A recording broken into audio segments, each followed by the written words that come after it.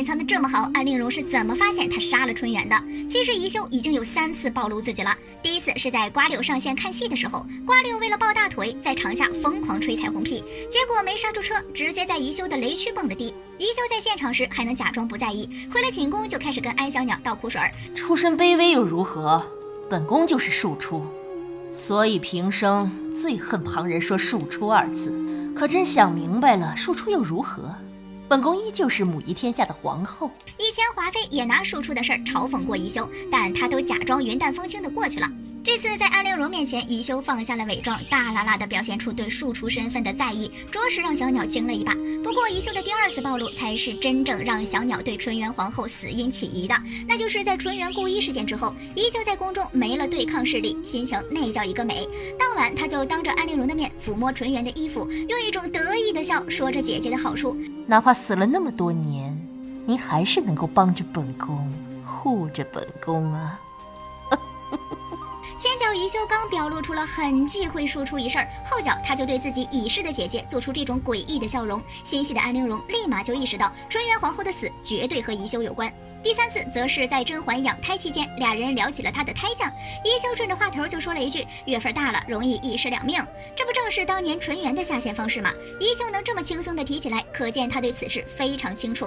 然而这些线索在剧中表现得十分隐晦，在原著中却有一段很直白的描述。安陵容也是学过惊魂舞的，有一天她在宜修宫中练舞，到了午后有点犯困，就在殿后小憩了一会儿。旁边呢正好有几株茂盛的芭蕉挡住了她，因此并没有人发现她在这里打盹儿。睡意朦胧中，安陵容听到外面秀夏和惠春的对话，当场惊出了一身的冷汗。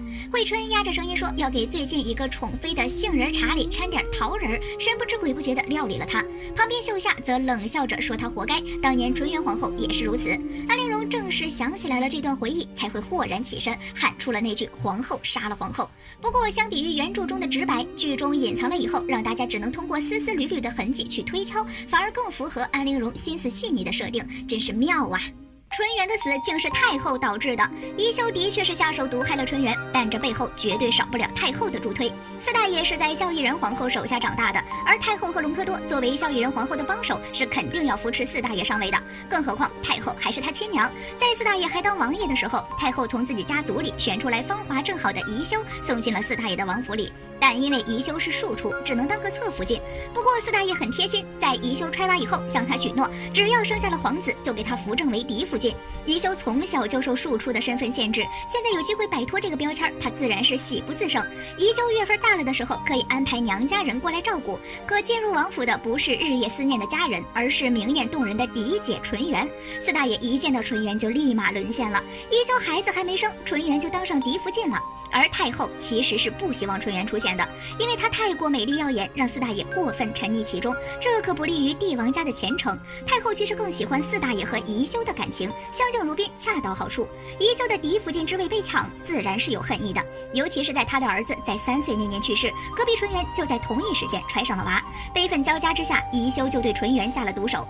太后虽然不喜欢这种赶尽杀绝的方式，但不得不承认，宜修有手段，确实比纯元更适合做皇后。因此在宜修登上后位以后，太后才会对他百般维护。